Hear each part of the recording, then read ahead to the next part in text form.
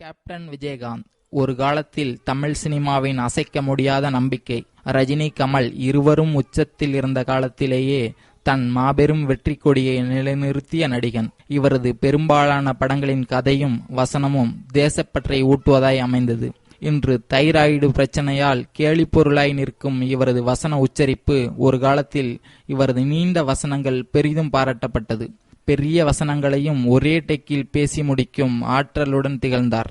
Ramana, captain Prabhakaran உட்பட பல படங்களின் கிளைமேக்ஸ் இவரது பெரிய வசனங்களோடு முடிக்கப்பட்டதே இவரது பேச்சு திறமைக்கான ஆதாரம்.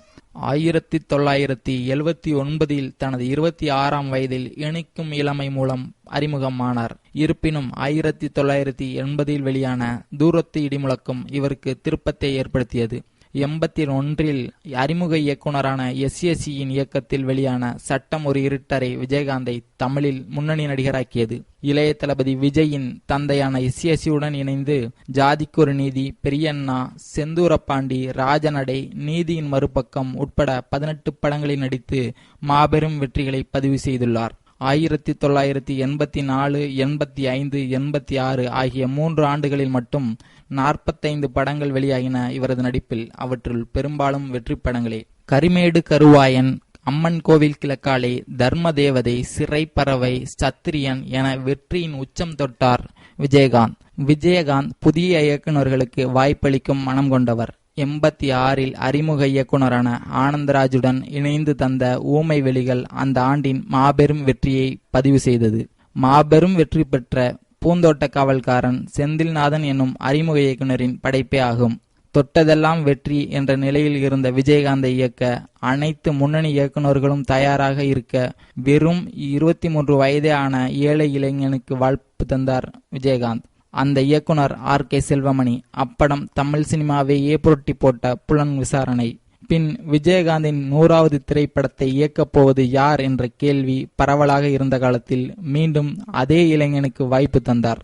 அப்படம் இந்திய சினிமாவையே திரும்பி பார்க்க வைத்த கேப்டன் பிரபாகரன். மேலும் உளவுத்துறை படத்தின் மூலம் ரமேஷ் செல்வம், தாயகம் படத்தின் மூலம் AR ரமேஷ், வல்லரசு மூலம் N மகாராஜன், தேவன் மூலம் அருண் பாண்டியன், ஆனஸ்ட்ராஜ் மூலம் KS ரவி, நானே ராஜா நானே மந்திரி மூலம் பாலு ஆனந்த், தெற்கத்திக்கல்லன் படத்தின் மூலம் கலைமணி, புதுப்பாடகன் மூலம் S தானு என இத்தனை அறிமுக இயக்குநர்களை தன்னை இயக்க வைத்து அழகு பார்த்தார்.